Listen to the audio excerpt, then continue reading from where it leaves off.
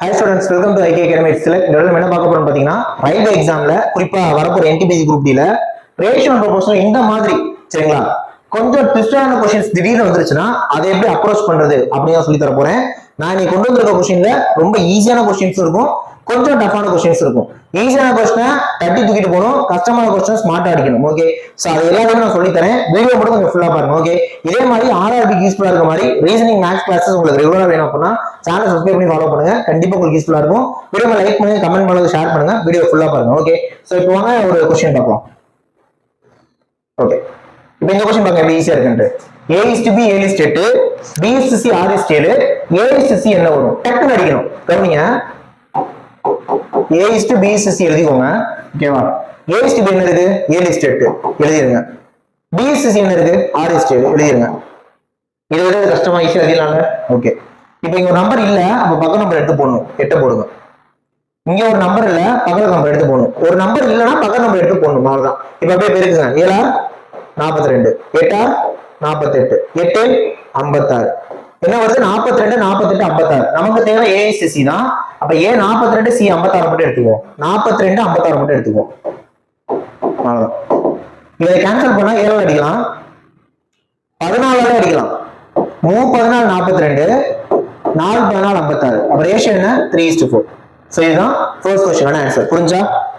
ஈஸியா क्वेश्चन தான் சரிங்களா? இந்த மாதிரி ஈஸியான क्वेश्चन வந்தா ஃபாஸ்டா பண்ணிடணும், கஷ்டமான क्वेश्चन வந்தா ஸ்மார்ட்டா அடிக்கணும் சரிங்களா? அடுத்த क्वेश्चन போலாம். அடுத்த क्वेश्चन போறதுக்கு முன்னாடி RRB குரூப் டி NTPC நம்ம அக்கௌண்ட் அட்மிஷன் போயிட்டு இருக்கு. ஆன்லைன் டெஸ்ட் வந்தீங்க அப்படின்னா இதுல மொத்தம் நம்ம உங்களுக்கு 20 டெஸ்ட் தரோம் சரிங்களா? ஆக்சுவல் ஃபீஸ் 1000, இப்ப ஆஃபர்ல 699 போட்டுருக்கோம், யூஸ் பண்ணிக்கோங்க. ஆன்லைன்ல கிளாஸ் டெஸ்ட் சேர்ந்து ஜாயின் பண்ணீங்கன்னா ஆக்சுவல் ஃபீஸ் 3000, இப்ப ஆஃபர்ல 2025 ரூபாய் போயிட்டு இருக்கு சரிங்களா? ஜாயின் பண்ணிக்கிறவங்க 7708 9728 இந்த மாதிரி கான்டாக்ட் பண்ணி டீடைல்ஸ் ஜாயின் பண்ணிக்கலாம். இப்போ வாங்க அடுத்த क्वेश्चन போலாம். ஓகே, இந்த क्वेश्चन பாருங்க. மொத்தமா 500 பேர் இருக்காங்களா, அந்த 500 பேரை ஏபிசிக்கு 2:3:5 அப்படிங்கிற ரேஷியோல அப்படிங்கிற விகிதத்துல பிரிச்சு கொடுத்தா பிக்கு எத்தனை பேர் போவாங்க? So how many people will B get அப்படிங்கறத क्वेश्चन. புரிஞ்சா?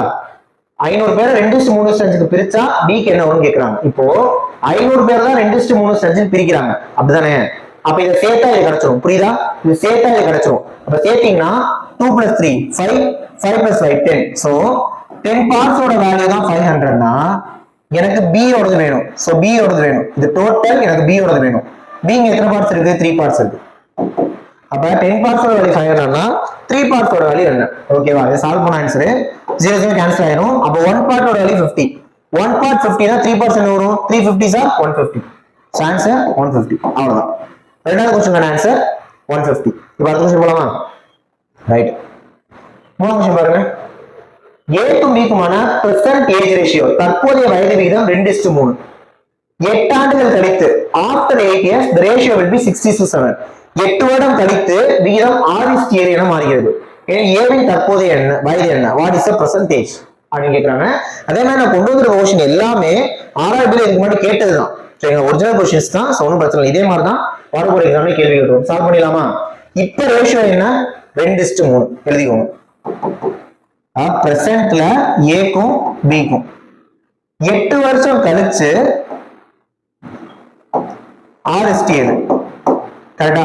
8 வருஷம் கழிச்சு 6:7. இப்ப நல்லா பாருங்க, 8 வருஷம் கழிச்சுங்கிறப்ப ஏக்கும் 8 வயசு தான் அதிகமாகும், பிக்கும் 8 வயசு தான் அதிகமாகும். ஓகே, ரேஷியோட இந்த பக்கம் எவ்வளவு அதிகமா இருக்கு? 4 அதிகமா இருக்கு. இந்த பக்கம் எவ்வளவு அதிகமா இருக்கு? 4 தான் அதிகமா இருக்கு. அப்ப ரேஷியோல எனக்கு 4 அதிகரிக்கிறப்ப ஏஜ்ல எனக்கு 8 அதிகரிக்குது. அப்படித்தானே? ஏன்னா 4 ரேஷியோ அதிகரிக்கிறப்ப சேம் டைம் எனக்கு 8 வருஷம் அதிகமாகும். அப்ப ரேஷியோ 4 அதிகமா இருப்ப ஏஜ்ல 8 அதிகமாகுது. அப்ப 4 பார்ட்ஸோட வேல்யூ தான் 8ன்னு அர்த்தம். ஓகேவா? நம்ம என்ன கேட்டாங்க? ஏவோட பெர்சன்டேஜ். ஏவோட பெர்சன்டேஜ் இங்க ரேஷியோ என்ன இருக்கு? 2 பார்ட்ஸ் இருக்கு. அப்ப 4 பார்ட்ஸோட வேல்யூ 8னா 2 பார்ட்ஸோட வேல்யூ என்ன? ஜஸ்ட் ஒரே ஸ்டெப். இவ்வளவுதான். இவ்வளவுதான். சோ 4 பார்ட்ஸோட வேல்யூ 8னா 1 பார்ட்டோட வேல்யூ 2 கிடைக்கும். அப்ப 2 பார்ட்ஸோட வேல்யூ 4. 2 2 are 4 போடலாம். இல்லனா இப்ப 4 பங்கோட வேல்யூ 8 இருக்கு. இப்ப 2 பங்குனா அத பாதி தானே? அப்ப 8ல பாதி 4. ஆன்சர் 4. That's it. முடிஞ்சு. ஓகேவா? இதே மனதேவல இதுவே உங்களுக்கு புரியணும் நான் எழுதிருக்கேன். டைரக்டா இந்த மெத்தட் பண்ணலாம். 4 பார்ட்ஸோட வேல்யூ தான் 8. அப்ப 2 பார்ட்ஸோட வேல்யூ 4. முடிஞ்சு. ஆன்சர் 4. ஓகே, நெக்ஸ்ட் क्वेश्चन பாருங்க. இதான் நம்ம கொஸ்டின் ஃபர்ஸ்ட் காமிச்ச கொஸ்டின். இதெல்லாமே இன்னும் ஒரு 2-3 கொஸ்டின் இருக்கு பார்க்கலாம். 3/5 P equal to 7/2 Q equal to 7/5 R. அப்ப P is to Q is to R என்னன்னு கேக்குறாங்க. ஓகே, இப்ப என்ன பண்ணலாம்னா கவனிங்க, கொஞ்சம் நான் பண்ற மாதிரி பண்ணுங்க. 3ஓட இதை விட்டுட்டு இந்த ரெண்டே இருக்குங்க. 2 10 பைக்கும் 30, ஸோ 30 பீன் ஆயிரும். என்ன பண்ணு புரிஞ்சா, 3ஓட இதை விட்டுட்டு 2 10 பைக்கும் 30 போட்டுங்க. அப்ப 7ஓட இதை விட்டுருங்க. 5 25 25 175 கியூ, அவ்வளவுதான். அடுத்து I2 10 17 70 என்ன பண்ணு புரிஞ்சா, இந்த ரெண்டோட இங்கே போயிருக்கணும், இந்த ரெண்டோட இது போயிருக்கணும், இந்த ரெண்டோட அதை போயிருக்கணும். ஓகேவா, இந்த மாதிரி வந்துருச்சு. நம்மகிட்ட P is to Q star கேட்கறாங்க. அப்ப அடுத்து என்ன பண்ணணும்னா, Pங்கிற இடத்துல என்ன போடணும்னா P மறைச்சுக்கணும். ஸோ மறைச்சிங்கன்னா 175 into 70. Qல Q மறைச்சுக்கணும் 30 into 70. Rல R மறைச்சுக்கோங்க 30 into 175. இப்போ இதை அப்படியே அடிச்சு கொடுத்தீங்கன்னா ஆன்சர், ஃபைனல் ஆன்சர் வந்துருச்சு. இப்ப என்ன பண்றாங்கன்னா, இப்ப பெருக்கிட்டு அடிக்க வேணாம், அப்படியே அடிக்கணும். அப்படியே அடிக்கணும் எப்படி செலக்ட் பண்ணா, எல்லாத்தையுமே 10ஆல் அடிக்கலாம். இங்க பாருங்க 0 0 0 போயிடும். ஓகேவா, இப்ப எல்லாத்தையுமே 7ஆல் அடிக்கலாம். 1 7 5 70, இதை 7ஆல் அடிச்சீங்கன்னா 7 14 மீதி 3 5 35. ஓகேவா, இப்ப என்ன இருக்கு, இங்க 175 இருக்கு, இங்க 3 into 10 இருக்கு, இங்க 3 into 25 இருக்கு. அடுத்து 3 அடிக்கலாம். 3 போயிடும், 3 போயிடும். இதை 3ஆல் அடிச்சு கொடுத்தீங்கன்னா I3 இது 3 கேன்சல் ஆகாதா? ஓகே, என்ன பண்ணும், ஒரே நிமிஷம். 175 வச்சுக்கோங்க, 3 into 10 30 வச்சுக்கோங்க, 3 into 25 75 வச்சுக்கோங்க. இப்போ எல்லாம் 5ஆல் அடிச்சிடலாம். 5ஆல் அடிச்சீங்கன்னா 35 5 175, 6 5 30, 15 5 75. அப்புறம் கேன்சல் பண்ண முடியாதுன்னு நினைக்கிறேன். ஆன்சர் 35:6:15. ஓகேவா, 35:6:15. இதுதான் ஆன்சர். ஃபர்ஸ்ட் ஸ்டெப்ல இதை பெருக்கி இப்படி போட்டு இதை கொண்டு வந்துருங்க. அடுத்து இது ரெண்டு இங்க பிறகுங்க, இது ரெண்டு இங்க பிறகுங்க, இது ரெண்டு இங்க பிறகுங்க. அவ்வளவுதான், முடிஞ்சு. பண்ணீங்கன்னா ஆன்சர் வந்துடும். ஓகேவா, சோ இப்போ அடுத்த கொஸ்டின் போயிடலாம். கவனிங்க. கார்த்திக்கு அவரோட மகன் சன்னு, அவங்களோட தற்போதைய வயது விகிதம் 5:1. மகளோட வயது 6 வயசு கொடுத்துட்டாங்க, சன்னோட ஏஜ் 6 இயர்ஸ் கொடுத்துட்டாங்க. இப்போ ரேஷியோ 5:1 இருக்குல்ல, இது 7:3 மாற இன்னும் எத்தனை வருஷம் ஆகும் அப்படிங்கிறது கேள்வி. So after how many years the ratio will be 7:3? எத்தனை ஆண்டுகள் கழித்து வீதம் 7:3 என மாறும்னு கேக்குறாங்க. கார்த்திக் சன்னுக்கு இப்போதே வயது 5:1, மகளோட வயது 6 வயசு. எத்தனை வருஷம் கழிச்சு 7:3 மாறும்? ஓகேவா, கவனிங்க, ஈஸியா போட்டுலாம். கவனிங்க, இங்க மகன் வந்து எத்தனை பார்ட் இருக்காங்க, 1 பார்ட் இருக்காங்க. அப்ப ரேஷியோட 1 பார்ட்டோட வேல்யூ தான் 6 இயர்ஸ் அர்த்தம். இது ரேஷியோ, அது ஏஜ். ஒரு பார்ட்டோட வேல்யூ 6, புரிஞ்சா? அதானே அர்த்தம். ஓகே, இப்ப 5:1 7:3 மாறணும்னா ரேஷியோல எத்தனை அதிகரிக்கணும்? 2 அதிகரிக்கணும். ரேஷியோல 2 அதிகரிக்கணும்,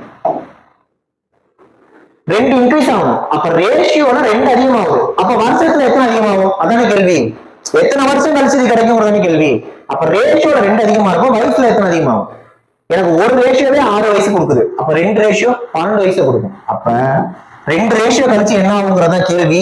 அப்ப 12 வருஷம் கழிச்சு அது மாறி போட்டு ஒரே செகண்ட்ல போட்டுரும். Answer 12 years.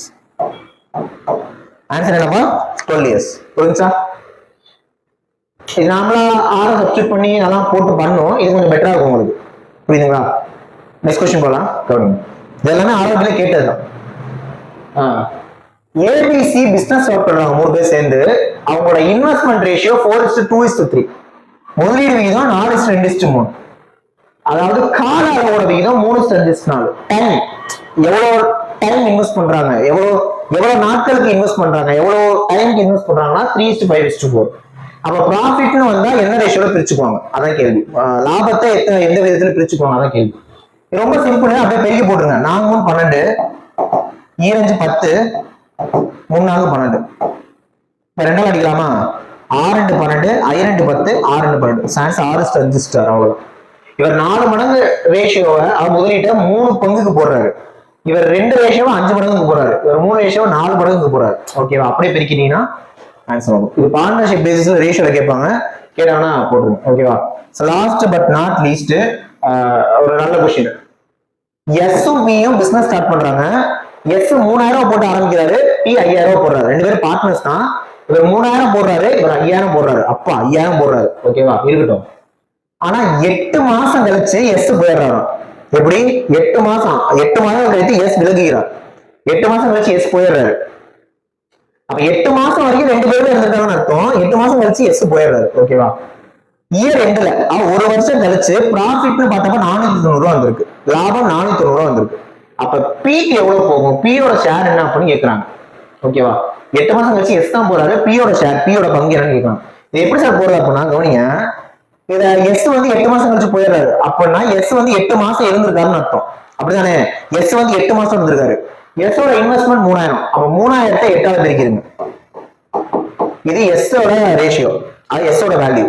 அப்ப பி 5000 போட்டிருக்காரு. சேம் டைம் எஸ் தான் 8 மாசம் கழிச்சு போறாரு. பி 1 வருஷம் வரைக்குமே இருந்திருப்பாரு. அப்ப இயர் எண்டுல பிசினஸ் முடியுதுன்னா அங்க அவர் ஃபுல்லாவே இருந்திருப்பாருன்னு அர்த்தம். அப்ப இவர் 12 மாசமுமே இருந்திருப்பாரு. சார் இந்த 1 வருஷம் ஒண்ணு போட்டா என்ன அப்படின்னா இந்த மாசத்துல இதே மாசத்துல தான் போகணும். புரியுதுங்களா? ரெண்டு ரேஷியோ எடுத்தீங்கன்னா இவங்க 2 பேரோட டோட்டல் இன்வெஸ்ட்மெண்ட் நமக்கு கிடைச்சிடும். இப்ப ரேஷியோ எடுக்கப்போ 3 8 24,000, I 12 60,000, 3 0 அடிச்சு விட்டுருங்க. 4 24, 5 60, 2 4 12 10. ரேஷியோ 2 ஸ்ட்ரென்த் கிடைச்சிருச்சு. அப்போ எஸ் வந்து 2 இன்வெஸ்ட் பண்ணிருக்காரு, பி வந்து 5 இன்வெஸ்ட் பண்ணிருக்கான்னு அர்த்தம். டோட்டல் ப்ராஃபிட் தான் 490 ரூபாய். ஓகேவா? அப்ப இங்க டோட்டல் பண்ணீங்கன்னா ரேஷியோ 7 பார்ட்ஸ் கிடைக்கும். 7 பார்ட்ஸோட வேல்யூ தான் 490 ரூபாய். ஓகேவா? நமக்கு யாரோட வேணும், பியோட வேணும். பி 5 பார்ட்ஸ் இருக்காங்க. சோ 7 பார்ட்ஸோட வேல்யூ 490 னா 5 பார்ட்ஸ் என்ன, அவ்வளவுதான். இது போட்ட ஆன்சர். 7 பார்ட்ஸோட வேல்யூ 490 னா ஒரே 749, 1 பார்ட் 17 கிடைக்கும். அப்ப 5 பார்ட்ஸ் 75 ஆர் 350. ஆன்சர் 350. ஈஸியான क्वेश्चन தான். 3000 8ஆல பேருங்க, 5000 12ஆல பேருங்க, 24,000 60,000. அடுத்த 2 ஸ்டென்ஸ் 7 பார்ட் 490, 5 பார்ட் என்ன 390 ஆன்சர். ஓகே. இதே மாதிரி எக்ஸாம்ல கேட்ட क्वेश्चंस ஈஸியான क्वेश्चन ஆகட்டும், கொஞ்சம் யோசிக்கிற மாதிரி क्वेश्चन ஆகட்டும், இதெல்லாம் உங்களுக்கு தொடர்ந்து வேணும் மேத்ஸ் ரீசனிங்னா தொடர்ந்து நம்ம சேனல் வீடியோஸ் பார்த்துட்டே இருங்க. கண்டிப்பா குரூப் டி என்டிபிசி அவ்வளவு கண்டிப்பா கிளியர் பண்ண முடியும். சரிங்களா? அதனால சேனல் சப்ஸ்கிரைப் பண்ணி ஃபாலோ பண்ணுங்க. சேம் டைம் வீடியோ முடிக்கிறதுக்கு முன்னாடி ஆறாவதுக்கு நம்ம அகாடமி அட்மிஷன் போயிட்டு இருக்கு. இது ஃப்ரீ ஸ்டார்டிங்னு சொல்லிட்டு ஜாயின் பண்றவங்க 7708 9728 இந்த மாதிரி கான்டாக்ட் பண்ணி ஜாயின் பண்ணிக்கலாம். நெக்ஸ்ட் வீடியோல பார்க்கலாம். தேங்க்யூ.